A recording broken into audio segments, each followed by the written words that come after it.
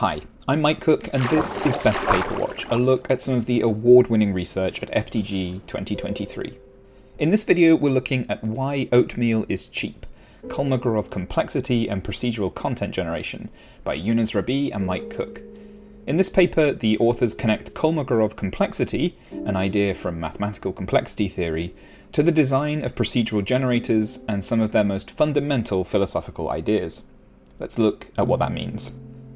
Kolmogorov complexity is a way of thinking about how complicated and dense an object is, like a number, a picture, or a piece of game content, and what this complexity tells us about how difficult it is to describe a process for making that object.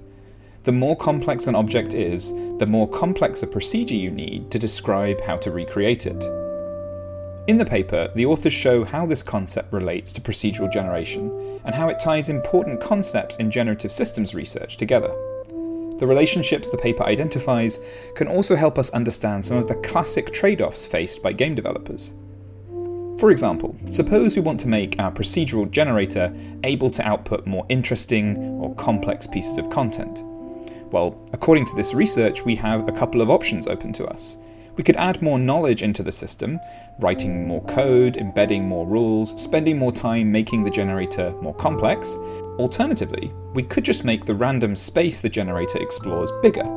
This is cheap, but it also lets in a lot more junk.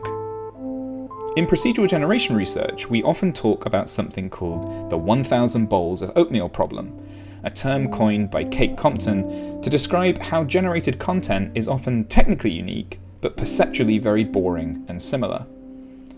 One of the contributions of this work is helping provide some mathematical basis for why we so often end up moving towards oatmeal. Because when you need to beef up your procedural generator, whether it's adding 1 billion guns to Borderlands 3 or infinite worlds into Minecraft, it's easier to do and cheaper to implement. Thanks for watching this bite-sized paper summary. You can find this paper in the Game Design track at FDG 2023 in the Thursday afternoon session, and to see this paper in print along with all the other research at this year's Foundations of Digital Games conference, go to fdg2023.org.